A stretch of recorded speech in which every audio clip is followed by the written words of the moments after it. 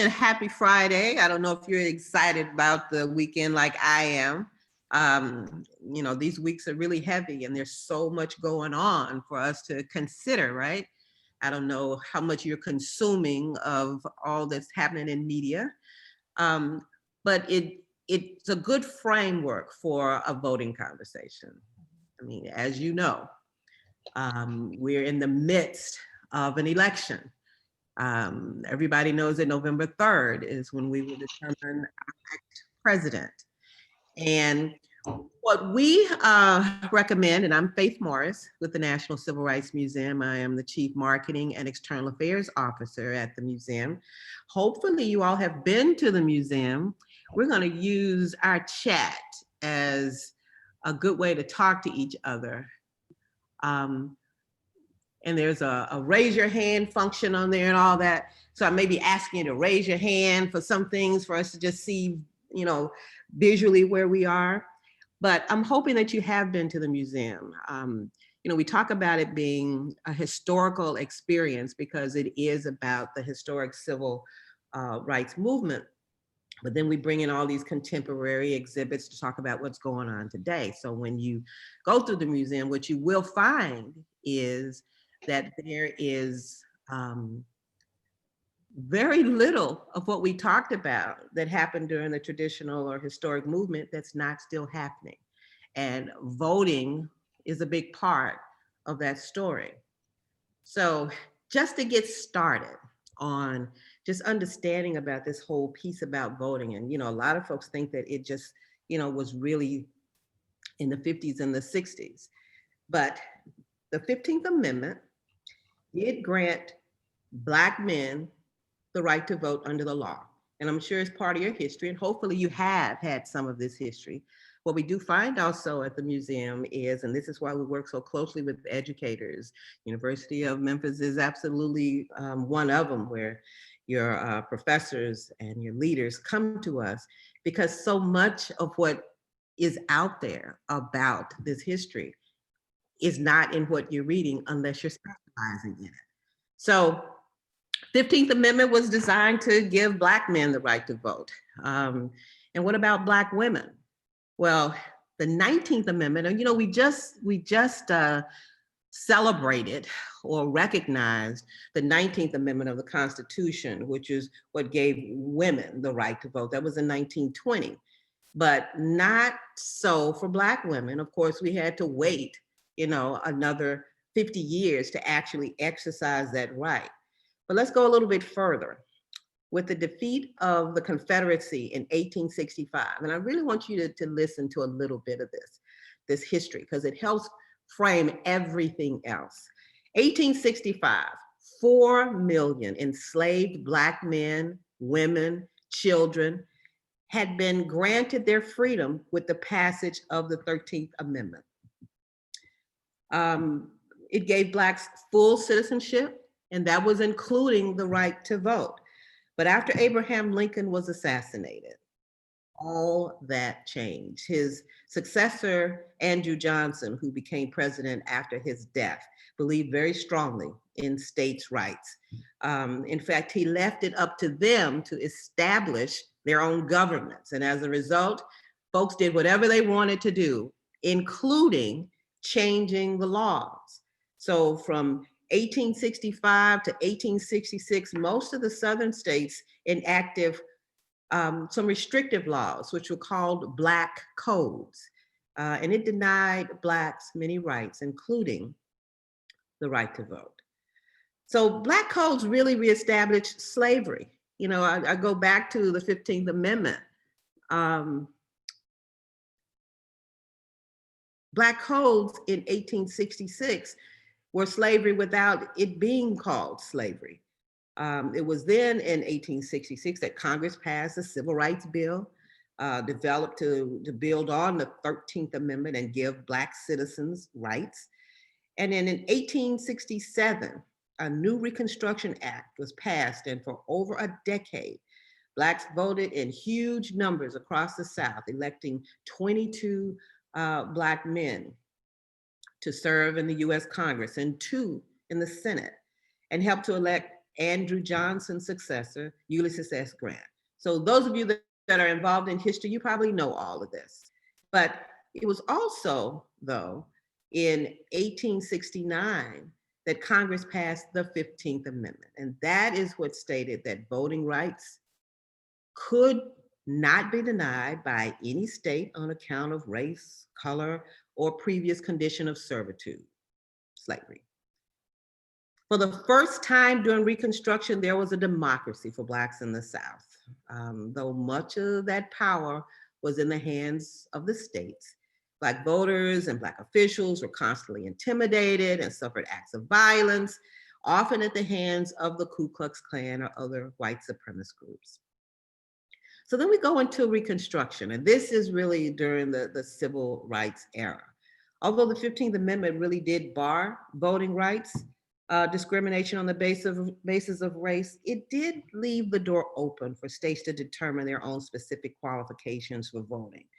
And this is resulting in, if you ever saw Selma, the movie, or you've been hearing a little bit more about this now because some of this is coming back or has come back, resulting in literacy tests and poll taxes and other discriminatory practices to keep voters, Black voters, from voting, keep Blacks from being able to vote, to be able to even register to vote. So you remember those Black codes. They had now evolved into Jim Crow laws.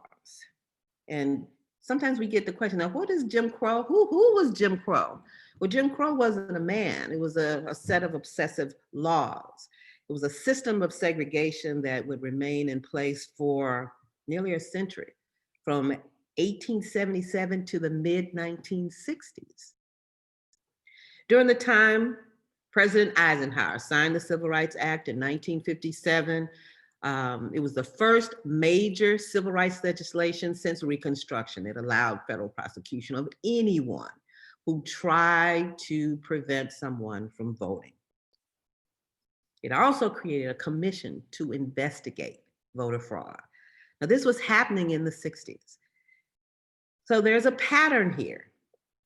Needing to strengthen the laws with additional articles, acts, and amendments with each government that has come through. So the fight for voting rights for Blacks has been brutal. The struggle to eliminate race discrimination in voting involved many people's lives. John Lewis, as you know, who has just died this year, but made that walk across the Edmund Pettus Bridge as a plea for this nation to take voting seriously, to understand the importance of voting, to understand what has gone on for centuries to get a right to vote, to maintain the right to vote, to protect the right to vote. We remember most in 1865 in Selma, when this unprecedented march, happened across the Edmund Pettus Bridge. It brought attention to the voting rights movement. And that year, President Lyndon Johnson signed the Voting Rights Act into law. And it banned literacy tests. It banned other methods used to disenfranchise voters. So there's these continued challenges to voting rights. Before the passage of the Voting Rights Act, 23% of eligible Black voters were registered nationwide. By 1969, that number rose to 61%. By 1980, the percentage of Black Southern voters surpassed the rest of the country. And by the mid-1980s, there were more Black people in public office in the South than in the rest of the nation combined. Now that's pretty amazing, actually, considering the history of trying to get voting and voting rights established. So in 2012, turnout of Black voters exceeded that of white voters for the first time in history. The Black voter turnout was 66.6%. Helped reelect Barack Obama. And in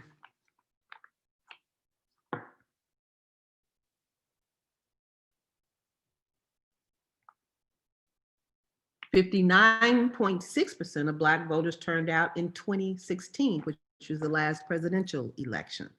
So it went down some from 2012. In 2013, the Supreme Court struck down a key provision of the Voting Rights Act, and that was that it was unconstitutional to require states with a history of voter discrimination to seek federal approval before changing their election laws. Remember when Andrew Johnson became president, he gave the right to states to do whatever they wanted to do, and they did.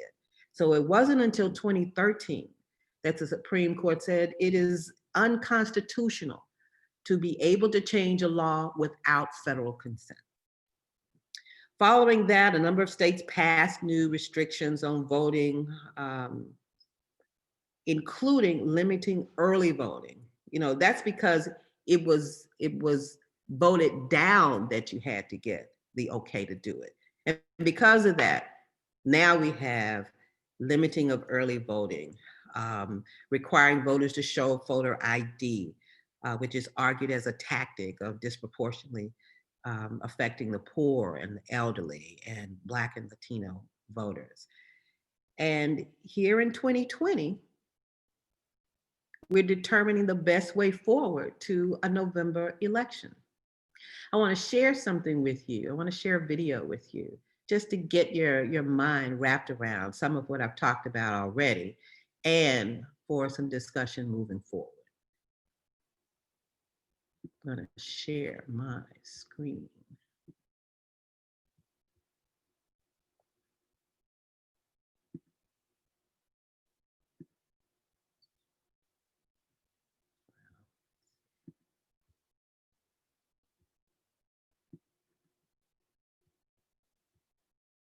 Let's share the screen first. There we go. Imagine walking into your registrar's office and asking for the right to vote, and then having to answer questions such as how many bubbles are in a bar of soap, how many seeds are in a watermelon. Reverend Hosea Williams said it best: if you can't vote, you're a slave. We lost one of the greatest freedom fighters for voting rights, the U.S. Congressman John Lewis. The best way that we can honor John Lewis is to exercise our right to vote. Many more before him gave the ultimate sacrifice. Men and women such as James Chaney, Michael Schwerner, Viola Liuzzo, Mrs. Fannie Lou Hamer, and others. 55 years later, their sacrifice and their honor still rings true today. It showcased to America that the right to vote was still an issue. Of all the previous elections that we've had in our country before, none are more important than today. However difficult the moment, however frustrating the hour, it will not be long, because truth justice will rise again. How long? Not long. Because no lie can live forever.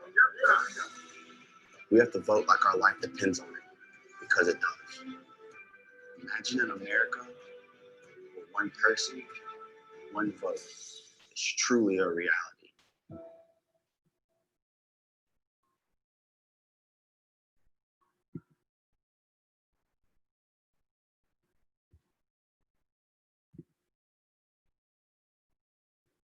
Okay, so we've talked a little about history and, you know, just understanding this whole road to voting. You know, what was happening and why are we seeing some of the same things happening? But here is one thing that is absolutely promising.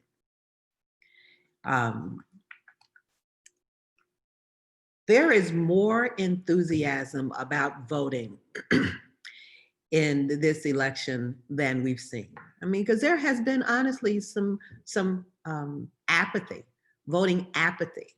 And hopefully that's not what's represented with you. I understand you all are leaders, and being able to exercise your right to vote is a sign of leadership, even determining what that is. We have an initiative that is Imagine an America. And if you're at your computers, I would love for you to go to this site. It's imagineanamerica.org. And I'm going to pull it up. Well, what we wanted to do with Imagine an America, it's a digital platform that heightens the awareness of the privilege and necessity of voting. It encourages us to get out and vote. It encourages us to plan to vote. And it's get out to vote no matter what. You know, a lot of times we have so many excuses about voting. It's raining outside, it's cold outside, it's hot outside, I'm hungry, I'm tired, you know, the line's too long. We have gotten way past that as a reason for not voting. We're finding that, yes, people are in lines. And hopefully, you know that early voting is happening right now, that we're in the midst of early voting. And that's until the 29th. So we've got 18 days before the election, and the 29th is the end of early voting. So if you don't want the pressure of having to get out on November 3rd, you've got until the 29th to pick a place, go and vote. I am going to go to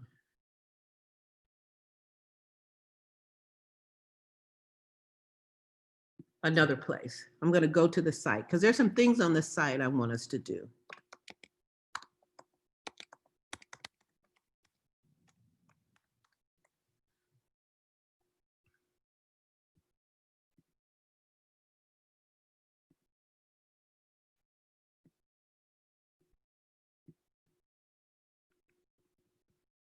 Have you all found it?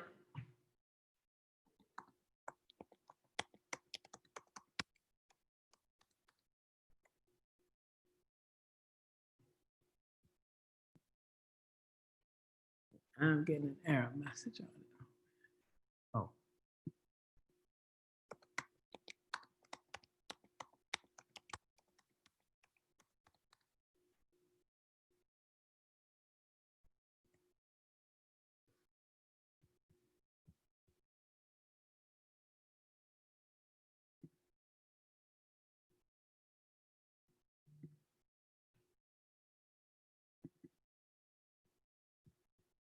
So hopefully you found it.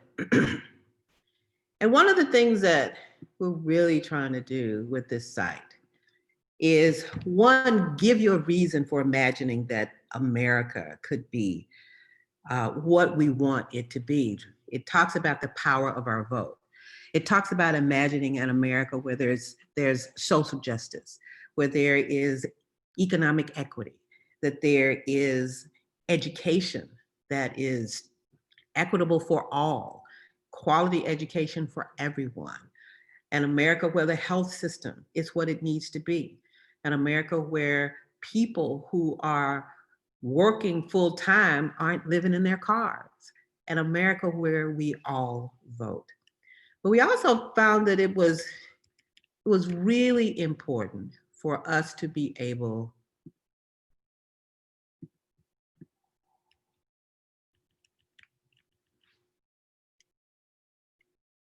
I've been on here some more, I think for us to be able to give you the sites that are taking care of a lot of what goes on with the vote. We give you, no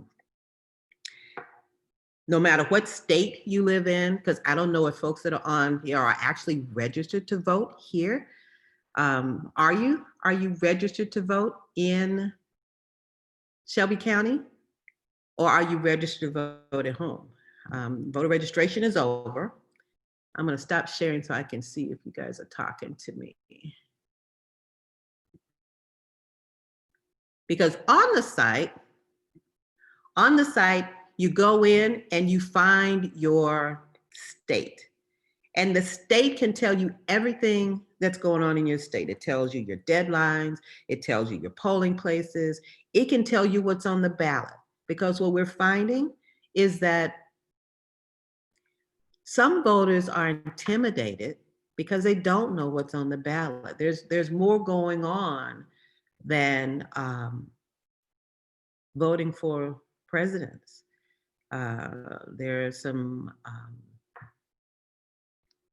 state voting going on this time. So it's according to what's going on with where you're registered. And hopefully you have registered and sent in your absentee ballot so that you're good. Can everybody tell me, and I don't see a lot of faces. I see mine. I see Lucy. Hi, Lucy. Of live faces, but how many have already voted? Is this your first time voting? Because here's what has happened.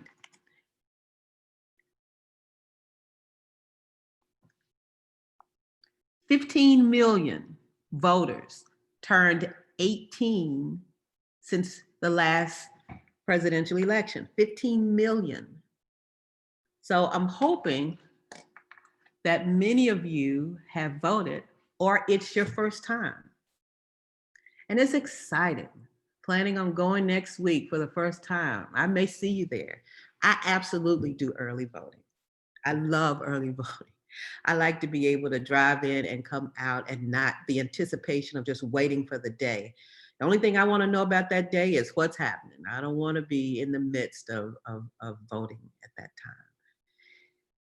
What do you think about it being your first time voting? What is it that you're getting ready for?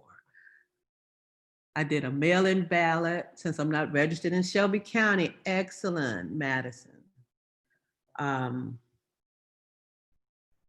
My first time, I'm voting today. Okay. And you've already picked your place? Is it Deanna or Diana Collier? My first time voting. You know, I'm so excited about you voting. Snoop Dogg, as old as he is voting for the first time in this election. And he went through the process of showing you how he registered. I mean, he's so excited about it. Now, it's ridiculous that Snoop Dogg is just voting for the first time, but it's exciting that he is voting, even if it's the first time. Voting on the weekend. Can somebody tell me why you've decided to vote?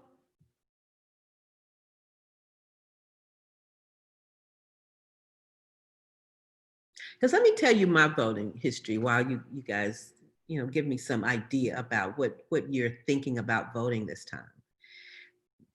My father was a precinct warden.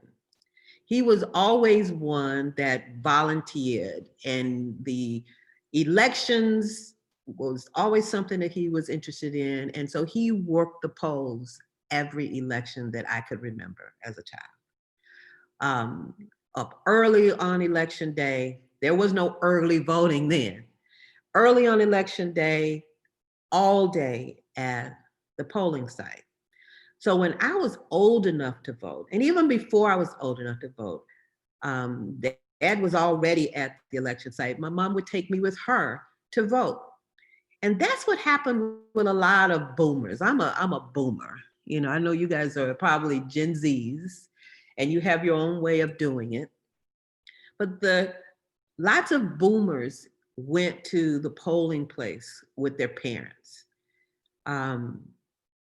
And if anyone here also had that as an example, that voting in your house was just something that was important to do, something that needed to be done, understanding that it is one of the most important rights that we have is voting. We can tell when folks sit out. I get sometimes when I would hear from people that are, considering the importance of voting, and they say, well, it's just, I don't know if I'm going to vote or not. It's just one vote. What do you think about that? It's my vote. It doesn't count. It's just one vote. And my response to them is, really think about that. Think about whether it's just one vote. It could be just one vote that stops you from getting what you really wanted this election to be about.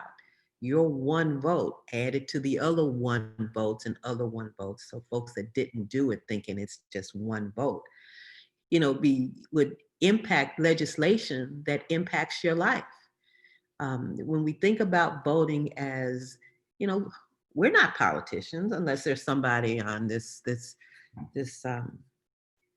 gathering that is a politician. We are not legislators. So the only way we impact legislation is through vote. Our voting power is just that, it's power, and we take advantage of it.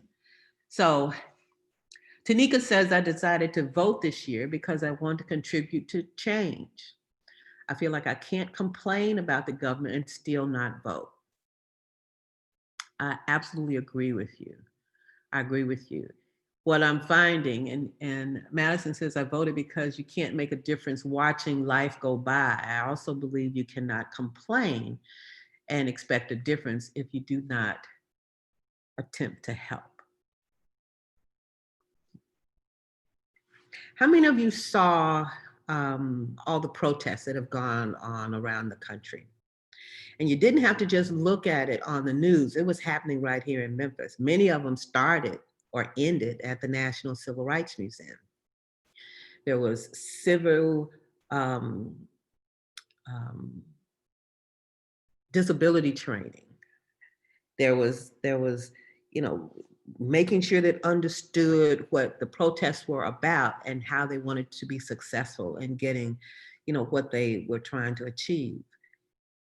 The question I had for them, and we absolutely supported them. The whole museum is about protest.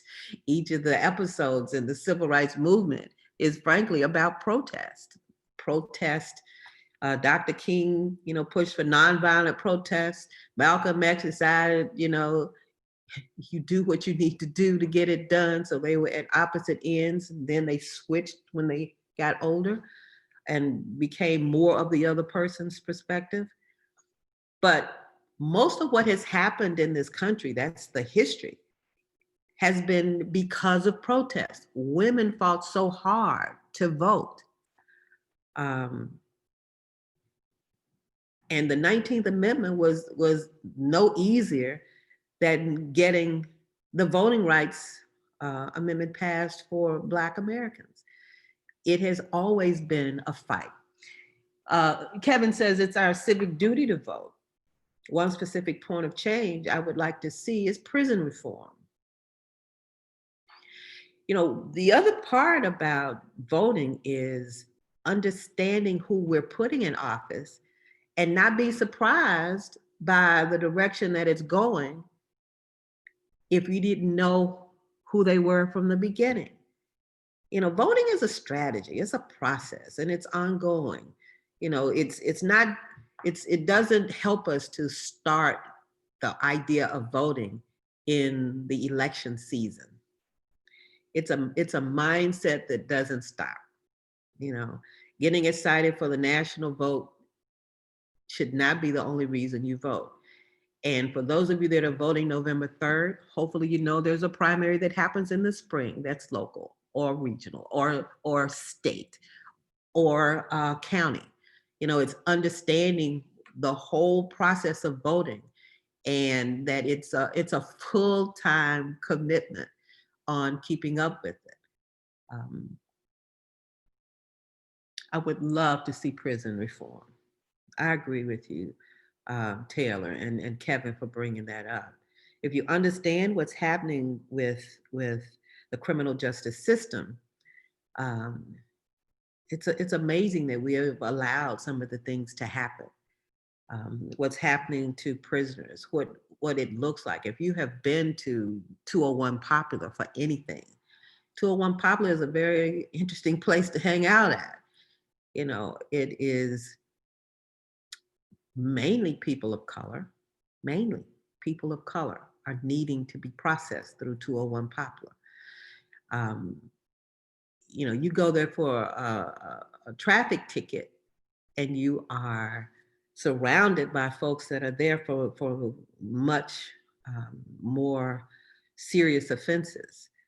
But it is really interesting to see that it's primarily people of color that are there as a part of the court system.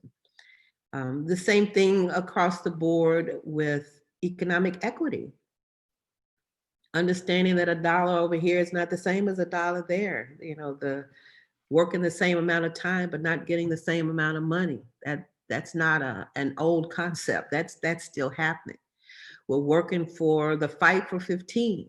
But really, it ought to be the fight for 20. And it's gone up quite a bit, because 15, if you do the math on it, you're still sleeping in your car. If you are an adult and have a family, $15 an hour doesn't get it. I was on a session yesterday, and we talked about Tennessee not being, we go with the federal minimum wage. And the federal minimum wage is like $7.28, $7.28. So anybody who wants to give you $7.28 as a wage can here. And we're not the only state that does that. So when the fight for 15 started, it was like, are you trying to go from $7.28 to $15? Who's going to do that? And the good news is that fight is really becoming a successful fight. There are many businesses that are incorporating it into their financial plans, and folks are getting $15, $18, $20 an hour, you know, but it was a fight for that. It's a fight. So just understanding what can happen with your power of vote, understanding what's on the ballot, knowing when to be there, and any restrictions. You know, there was also a big thing about checking your status. So those of you who have not voted yet, but you are registered, check your status. Make sure that you know you registered, but it can tell you if your name is there. So you don't have to have any surprises when you go to the polls. Take your driver's license, take your ID with you, because that's critical. In some places, it's not as critical, but they do need to show that your face on your ID matches who you say you are on the voting rolls. So just go and be prepared for that. So what questions do you have? What kinds of things are running through your mind when it goes to the vote?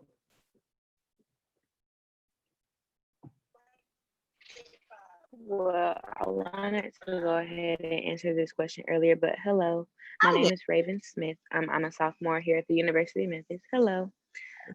First, I just want to say thank you for being our speaker today. I think you've given us a lot of information to go off of, but this election will be my first presidential election that I will be able to vote in. And I wanted to answer that question you said earlier of why, what my purpose is to vote for. And that's because over the years, I've definitely seen a change in this country, and I've seen a change in how people are treated. So I really want to make a difference. And it's the same thing when you said how that one vote can count. One vote can go a long way, and I want to be that one vote. So I definitely want to make a change in my country and help out and stand for the justice. I love that, Raven. That's the kind of optimistic mindset you need for this. Because here's the thing about voting. Your candidate might not always win. There's plenty of instances where really great candidates did win.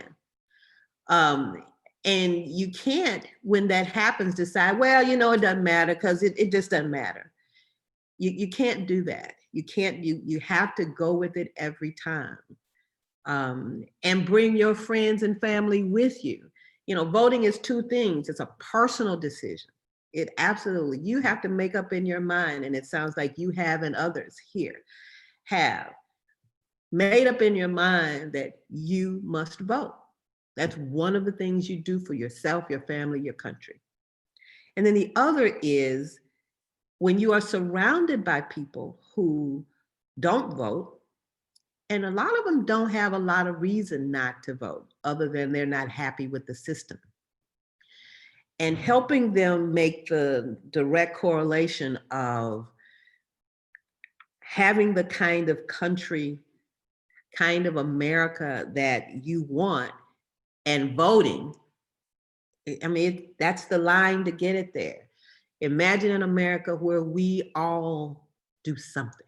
Imagine an America where we get rid of all the issues that have been, so many of these issues are new issues. Why are we still dealing with the same stuff? Why? Why?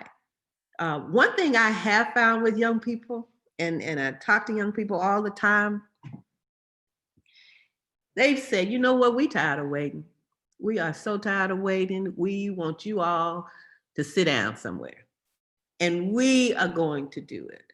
We have decided that this is the America that we want. That we have decided that we are impatient. We're not waiting any longer. We're going to hit these streets. We're going to hit these corporations. We're going to include ourselves in the decision-making process. We're going to be active and involved. Well, that was the same mindset that the leaders in the civil rights movement had. They were your age. They were old. They were young people making a difference. They were young people standing up, and they got a lot done. A lot done. And so I am seeing a repeat of that so much with folks hitting the streets, being very vocal about the city that they want to live in, the community that they want to live in, the country that they want to live in, the rights that they feel that are important. Those that have to do with your body and your choice, have to do with your raising your family, have to do with where you want to live. You know, all those things are determined through the voting process. So when we know the strength and the power that we have, when we take advantage of that, it's just a no-brainer. It is absolutely a no-brainer after that. So I'm really encouraged, and I commend you for making sure that this first vote happens for you, making sure that if it's a return vote, that it happens for you. Don't let anything stop you. And I mean nothing. You've got so many opportunities. That's the great part about early voting. And don't be discouraged because the voting polling place is not down the street from your dorm or your house. Drive. You all are driving anywhere and everywhere you want to drive, and you know you are.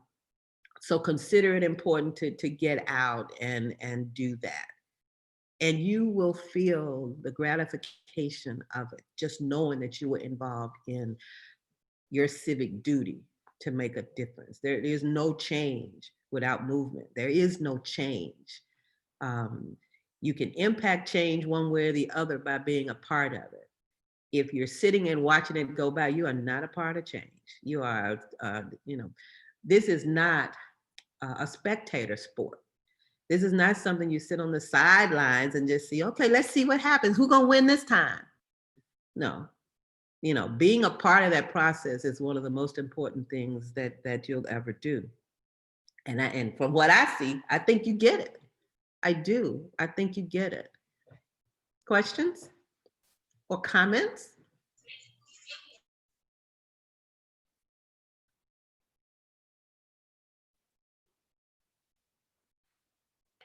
I have a question about the electoral vote and the popular vote. I know that the electoral vote what matters. So does it ever get discouraging sometimes? Like last year, for instance, what happened? And the electoral vote automatically takes over. So do you still feel like your vote counts sometimes? Well, here's my thing. My history of voting is that I have voted every time. If I have missed it, and I'm trying to think of when, but there has not been any instance where I really have not made voting a priority. And yes, the electoral process is a really tricky process. And it came out more last year with the vote than what we remember, in history. Especially when it's considered a controversial, you know. The electoral vote was really designed so that small states and large states have the same balance of, one that has 400 that can vote and another one that has 20 that can vote, that you still can lead a state based on the electoral votes. It just makes it on an even field. That's what it was designed to do. But I will tell you, I have a bit of trouble when you have a popular vote that exceeds as much as some of the popular votes do. That also feels like that should have some bearing on the results. And frankly, that's part of the debate right now is, do we still have the electoral vote? And I'm anxious to see what the result of that is. I don't want to go through another election where most of the country is saying, but wait a minute, that's not how I voted. We've got to come up with a process that fixes that. So I understand your question. And I think that the jury is still out on whether the electoral vote will remain the way we vote. But that is the way we vote right now.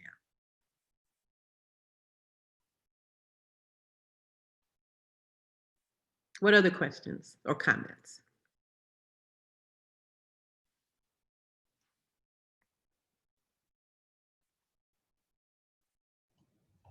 We have a few more minutes left, so if you have any questions, feel free to do what everyone else has been doing, taking yourself off of mute, or like I said in the chat, you can type in your question or send it to me directly and I'll ask it.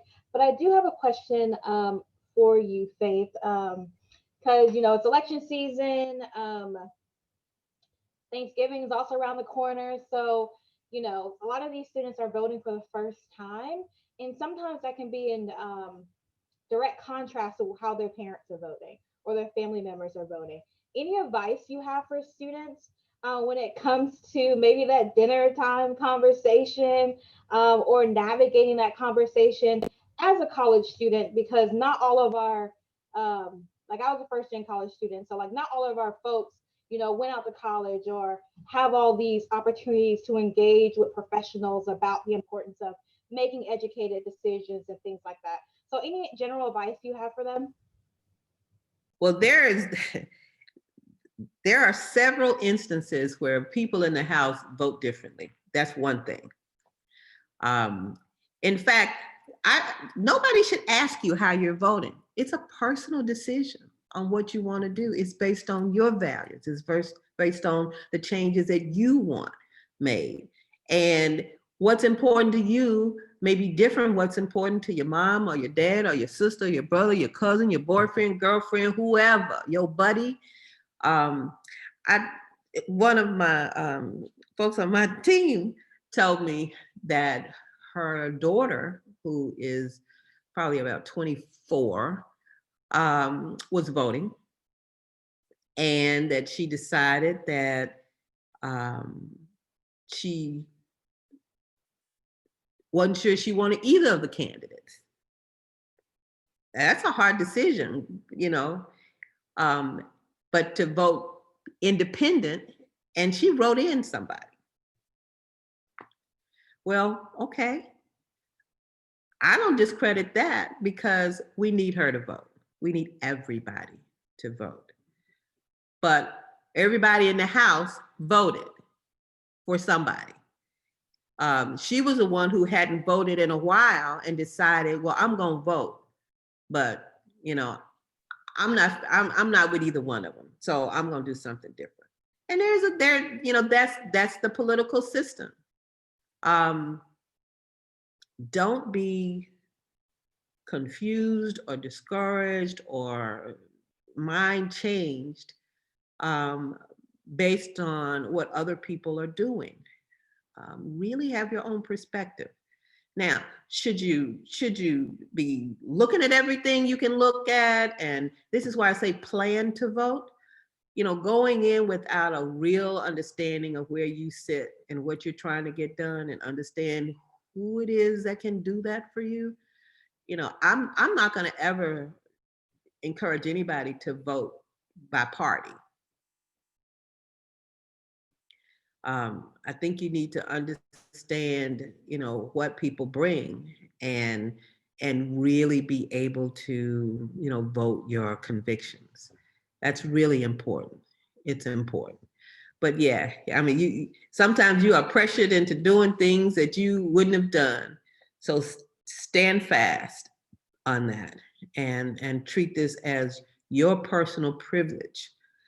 And the good part is nobody is standing in that voting booth with you. Nobody. It's just between you and the booth as to what your final decision is. And that is the other part of it, is that no matter what has happened up until then, what you do as your final decision is your decision. Awesome. Thank you for that perspective. I know there's a question in the chat. Do you see voter suppression locally? For example, what was done in Florida regarding the voting rights of reformed felons. Um, it's not as prevalent, honestly, as or visual as in so many other places. I do question about the limiting of um, of early voting sites. There's no reason to not have more. To do less is crazy. Um, for folks to be afraid to do absentee balloting, for fear that it won't get where it needs to go because of the slowdown of the postal system, is a concern, and that's a concern everywhere. So following up on that is probably an important thing. I do think that our election commission, I would love for them to be a lot more forceful and a lot stronger. Um, I do get concerned when it takes a long time to get a result, because then I'm wondering what's going on. We just counting folks, especially with the percentage of folks that vote prior to election day. And that's the other reason why I like early voting, is it doesn't leave it to the last minute of what the count is that day.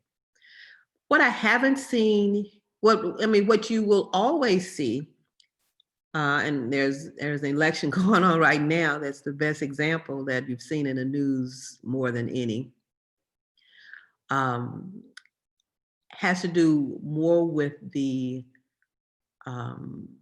candidates and their teams and trying to fight for their candidate, moving folks stuff out of people's yards, and um, defacing property, on behalf of one candidate or another.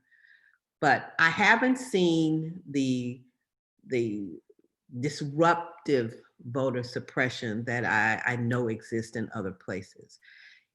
Our thing here is just feeling that a vote counts, to be able to vote and get there and do the act of voting, is sometimes what pulls us back more than anything else that somebody's doing to us here. Voter apathy in Tennessee is low. I mean, it's high, so voting is low. And what's been great is the numbers, are really pretty good. Folks have been encouraged and excited about it. So that's a very positive sign. I'm hoping that anybody who feels that they have had voter suppression reports it. We need to document it so that we know. So Kevin, when you asked that question, is there something that you are thinking of? I see you say voting rights of reformed felons. There's a lot that has happened within the prison system that has not allowed. I mean, that piece for felons has been a tough one. It's been a tough one to get past, and there's a lot of folks fighting for that, fighting to correct that. I'm sorry, I interrupted you, Kevin. Were you Yeah, talking? I was thinking of like legislation that was put in place by certain parties to suppress voting. Well, and the one of them that is probably the most prevalent has to do with reformed felons.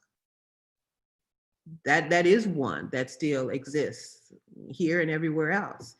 In fact, there was some legislation, I was going to try to pull it up, and you guys can look for it too. The latest on that, because there's still deliberation on that. You know, that's a huge population of people. And sadly, most of them are Black and brown people. So, I mean, that does create a huge hit. And it's an excellent point.